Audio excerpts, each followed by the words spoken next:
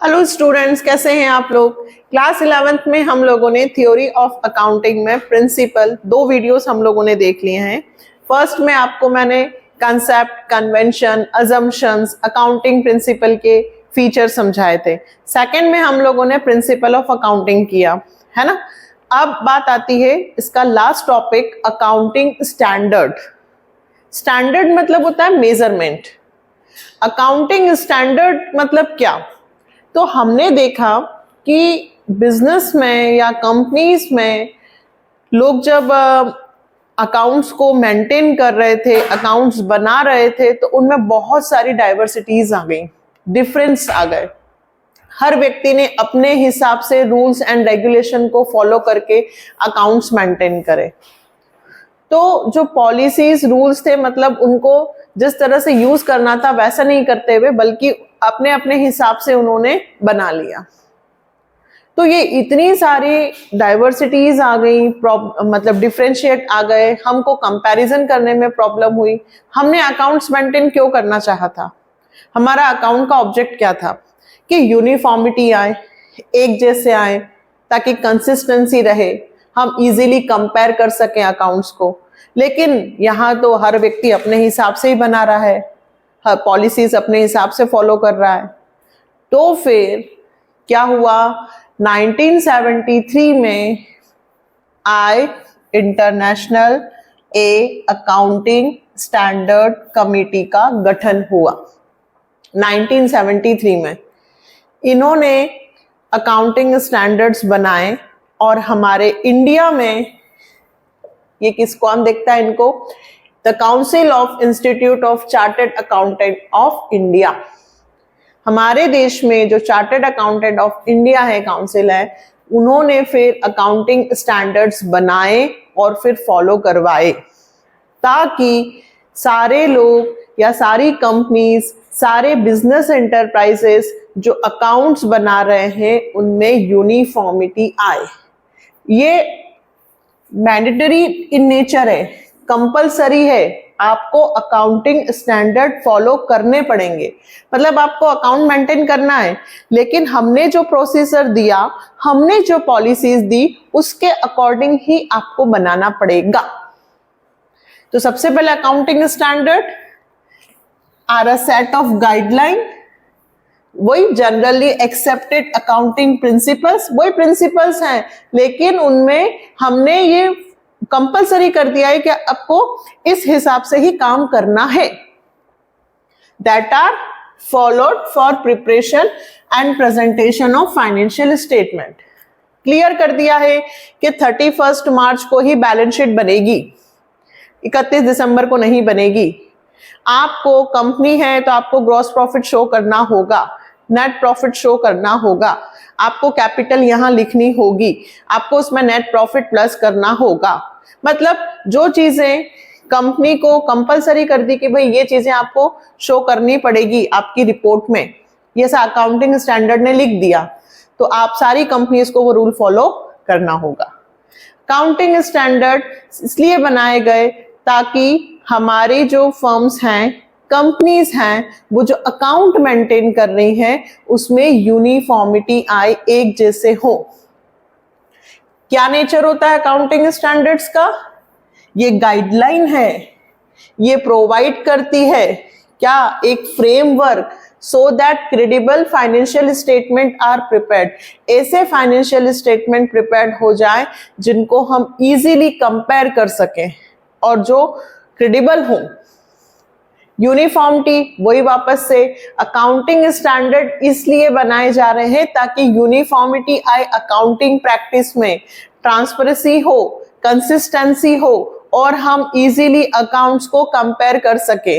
जब सारे व्यक्ति एक जैसा रूल फॉलो करेंगे, छोटा सा एग्जांपल देती हूँ, रेस होती है, दौड़, तो सारे बच्चे एक सीक्वेंस में खड़े होते हैं या फिर वो सर्कल में खड़े होते हैं, है ना। और जब क्लिक करते तो एक साथ रन करते हैं, ऐसा तो नहीं कि एक 2 मिनट पहले भागेगा, फिर एक 5 मिनट बाद भागेगा, फिर एक 10 मिनट। तो अपन कैसे कंपेयर करेंगे कि कौन फर्स्ट आया कौन सेकंड। सारे एक साथ भागते हैं, एक जैसे रूल्स होते हैं, तभी हम डिसाइड कर पाते हैं कि उसमें फर्स्ट कौन आया, सेकंड कौन आया, है ना। तो यहाँ पे भी अकाउंटिंग स्टैंडर्ड्स सबके लिए एक जैसे होते हैं ताकि अकाउंट्स में ट्रांसपेरेंसी हो, सब एक जैसा दिखे और हम इजीली उनको चेक कर सके और सारे लोग जितनी भी डाटा हैं, जितनी भी इंफॉर्मेशन है, जितने भी फाइनेंशियल स्टेटमेंट है, वो सारे एक जैसे हों।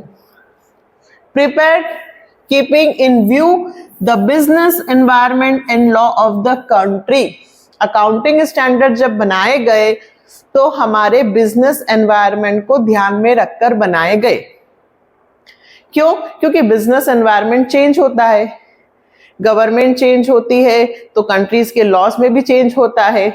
तो अकाउंटिंग स्टैंडर्ड्स भी इन बातों को ध्यान में रखकर बनाए गए हैं। कौन सी बातों को? बिजनेस एनवायरनमेंट को। मैंडेटरी है, कंपलसरी है, बनाना ही है, आपको ये रूल फॉलो करने ही है। जो भी कंपनीज अकाउंट मेंटेन करेगी उनको ये अकाउंटिंग स्टैंडर्ड फॉलो करना कंपलसरी है। और ये फ्लेक्सिबल तो है, हम alternative accounting practices are acceptable. उन्होंने खुद ने आपको ऑप्शन प्रोवाइड किए हैं कि भाई ये तो आप इसकी जगह ये यूज कर सकते हो। तो इतना हम बिजनेस एनवायरनमेंट, क्योंकि चेंज होता रहता है, बिजनेस एनवायरनमेंट डायनामिक नेचर का है, तो हम अकाउंटिंग स्टैंडर्ड्स में अल्टरनेटिव अकाउंटिंग तो यूज कर सकते हैं। मतलब अगर हमें ये मेथड नहीं जम रही तो हम इसकी जगह ये वाली मेथड यूज कर सकते हैं, इतनी फ्लेक्सिबिलिटी है। तो ये अकाउंटिंग स्टैंडर्ड का नेचर हुआ।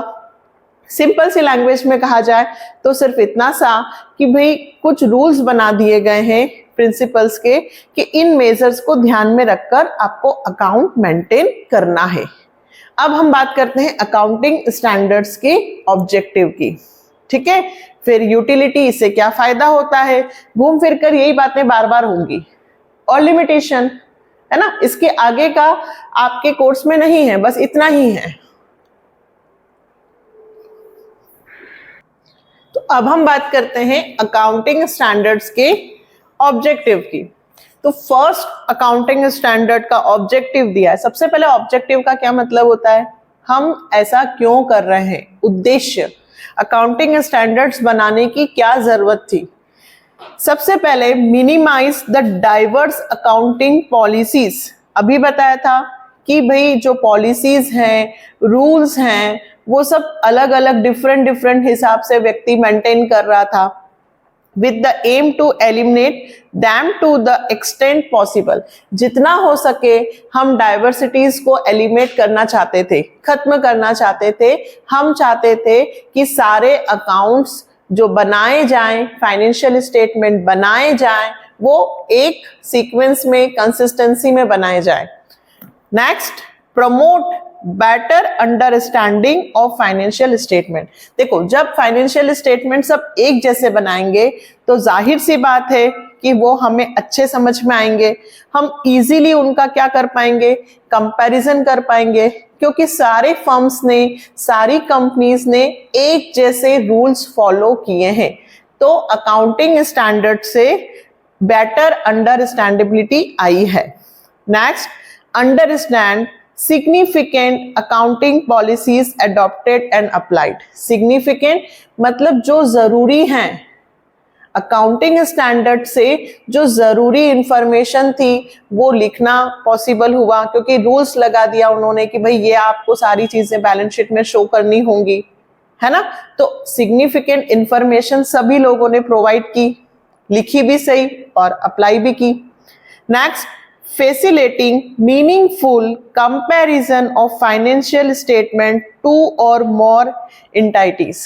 दो फर्म, दो से ज्यादा फर्म जब सब एक जैसे रूल्स फॉलो करेंगे तो कंसिस्टेंसी आएगी। कंसिस्टेंसी आने से हम इजीली फर्म्स का कंपैरिजन कर सकेंगे।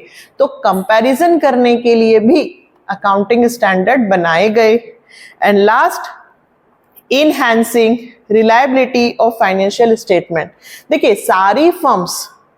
जब सारी फर्म्स एक जैसे फाइनेंशियल स्टेटमेंट बना रही है और accounting standard, chartered of accounting council जो है, उन्होंने जो रूल्स बनाए हैं उसके हिसाब से हम फॉलो कर रहे हैं, तो जो दूसरे लोग हैं, अदर पर्सन्स हैं, वो हम पर विश्वास कर रहे हैं कि इनके जो अकाउंट्स हैं वो सही हैं, हम कंपैरिजन कर सकते हैं, इसलिए वो हम पर विश्वास कर पाए।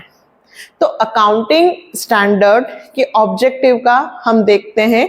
तो ये पांचों पॉइंट का मतलब सिर्फ ये है कि ये इसलिए बनाए गए ताकि इजीली कंपैरिजन हो सके, आसानी से समझ में आ सके, लोग हम पर विश्वास कर सके और डाइवर्सिटीज जो डिफरेंशिएट है उनको हम एलिमिनेट कर सके। That's it.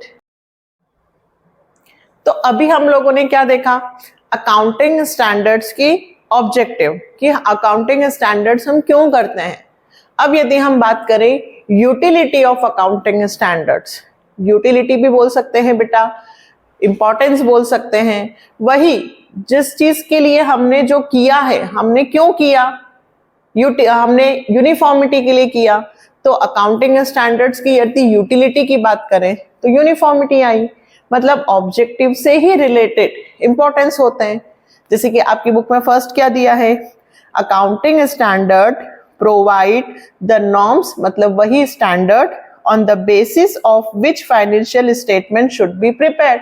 अकाउंटिंग स्टैंडर्ड्स हमें वो मापदंड देते हैं, वो मेजरमेंट देते हैं जिनसे हम फाइनेंशियल स्टेटमेंट प्रिपेयर कर सकते हैं। तो ये हमें मेजरमेंट देते हैं जिसके हिसाब से हम अपने financial statement, trading, P&L, balance sheet prepare करते हैं। Second, accounting standard ensure uniformity, वही वापस से अकाउंटिंग स्टैंडर्ड से हम हमारे जो प्रिपरेशन है, प्रेजेंटेशन है फाइनेंशियल स्टेटमेंट के, उन सब में क्या आती है, यूनिफॉर्मिटी आती है। और जो डाइवर्स अकाउंटिंग प्रैक्टिसेस हैं, जो डिफरेंस है अकाउंटिंग, जो अलग अलग लोगों ने अलग अलग हिसाब से जो रूल्स बना लिए और मेथड्स हैं, वो सब एलिमिनेट हो जाती हैं। The application of accounting standard make financial statement more meaningful and comparable। Accounting standard का फॉलो करने के बाद जो स्टेटमेंट बनते हैं वो मीनिंगफुल होते हैं, रिलायबल होते हैं। मीनिंगफुल मतलब उनका सही अर्थ निकल पा रहा है, क्योंकि सबने एक जैसी कंसिस्टेंसी रखकर काम किया है और हम इजीली उनको कंपेयर भी कर पा रहे हैं। Next, accounting standard create confidence among the user of accounting information और reliable by user of such information। मतलब अकाउंटिंग स्टैंडर्ड जब हमें पता है कि हमें प्रेजेंटेशन इस फॉर्म में करना है, ये चीजें हमें लिखनी है, ये चीजें हमें अवॉइड करनी है, तो जो यूजर्स हैं उनमें भी क्या होता है, कॉन्फिडेंस आता है। क्यों? क्योंकि उनको पता है कि सारी कंपनीज के जो डाटा है वो इस तरह से हैं, है ना, और वो विश्वास कर पाते हैं। क्यों? क्योंकि आपने जो बनाए हैं अकाउंट्स वो चार्टर्ड ऑफ अकाउंटिंग के रूल्स के हिसाब से बनाए हैं, अकाउंटिंग स्टैंडर्ड के हिसाब से बनाए हैं, तो वो विश्वास करते हैं कि भाई सभी लोगों ने उन रूल को फॉलो करके काम किया है और कॉन्फिडेंस भी आता है। तो यूजर्स में कॉन्फिडेंस क्यों आता है? सिंपल सी बात है कि हमें पता है कि भाई council of India of chartered accounting ने रूल्स बनाए हैं और ये सारे रूल्स को फॉलो करके इन्होंने सारे अपने अकाउंट्स मेंटेन किए हैं। तो जो देखने वाला है उसमें भी कॉन्फिडेंस आता है। क्यों? क्योंकि उसे पता है कि सारी चीजें जो बताई जा रही है वो सही है, गलत नहीं है। ये अपना कुछ भी गलत मैनिपुलेटेड डाटा हमें नहीं दिखा रहे, इसलिए हम उन पे क्या करते हैं, विश्वास। Next, accounting standard help auditor in auditing the account. वही बात वापस आ रही है, बाहर से चेक करने के लिए ऑडिटर आता है, वो आपके अकाउंट्स को क्या करता है बेटा, चेक। अब यदि उसे पता है कि आपने जो अकाउंट मेंटेन किए हैं वो अकाउंटिंग स्टैंडर्ड के हिसाब से किए हैं, तो उसे भी विश्वास होता है कि आपने जो भी बनाया है वो सही बनाया है, उसको भी हेल्प मिलती है। और यदि आपने कोई भी रूल्स फॉलो नहीं किए हैं और ऐसे ही अकाउंट बना दिए तो ऑडिटर को फिर दिक्कत आएगी चेक करने में, फिर वो एक एक चीज देखेगा।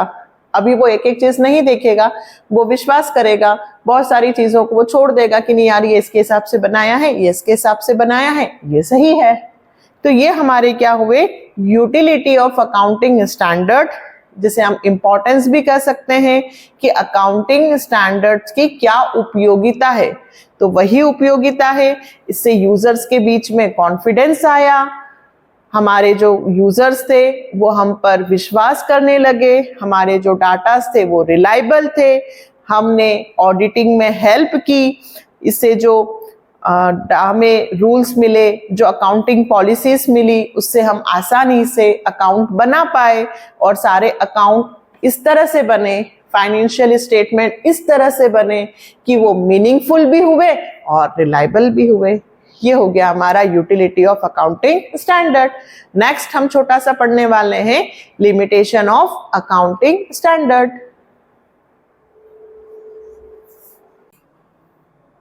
देखो, हर सिक्के के दो पहलू होते हैं, सब में कुछ ना कुछ अच्छाई होती है तो थोड़ी सी बुराई भी होती है। हमने अकाउंटिंग स्टैंडर्ड के बारे में बार बार एक ही चीज पढ़ी कि ये गाइडलाइन है, ये मेजरमेंट है, जिससे हमारे फाइनेंशियल स्टेटमेंट में यूनिफॉर्मिटी आती है, हम कंपैरिजन कर पाते हैं, लोग हम पर विश्वास कर पाते हैं, रिलायबल होते हैं, मीनिंगफुल होते हैं, हेल्प करते हैं। ये सब हमने अकाउंटिंग स्टैंडर्ड में पढ़ा। तो फिर लिमिटेशन क्या हुई? लिमिटेशन में आपकी बुक में सिर्फ दो दी हैं। पहली, accounting standard are man made. जहां मनुष्य है, जहां ह्यूमन बींग्स हैं, वहां कुछ ना कुछ तो गड़बड़ होगी ही सही। हम ये नहीं कह सकते कि ये पूरी तरह से सही हो। It does not pass the verification test always. हमेशा ये सही हो ऐसा जरूरी नहीं है, क्योंकि अभी हमने पढ़ा था कि अकाउंटिंग स्टैंडर्ड जो है वो business environment, law of the country को ध्यान में रखकर बनाए जाते हैं।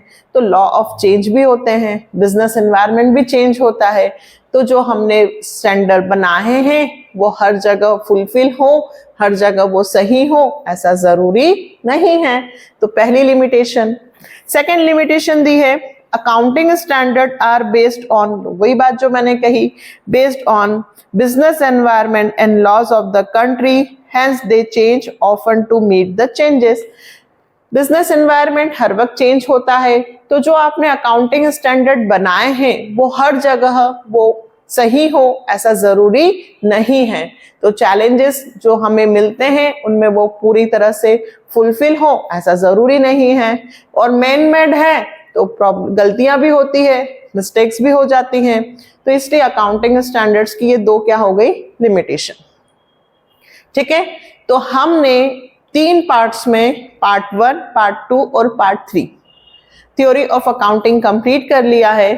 आपके जैसे ही चैप्टर्स कंप्लीट होंगे और उसके बाद हम प्रैक्टिकल्स स्टार्ट करेंगे, लेकिन आपको हर एक चैप्टर के सेपरेट वीडियोस एमसीक्यूज के भी मिलेंगे। मैं हर चैप्टर्स के कुछ इंपॉर्टेंट एमसीक्यूज भी लेकर आने वाली हूँ, जिससे आपकी और चैप्टर्स की प्रैक्टिस हो।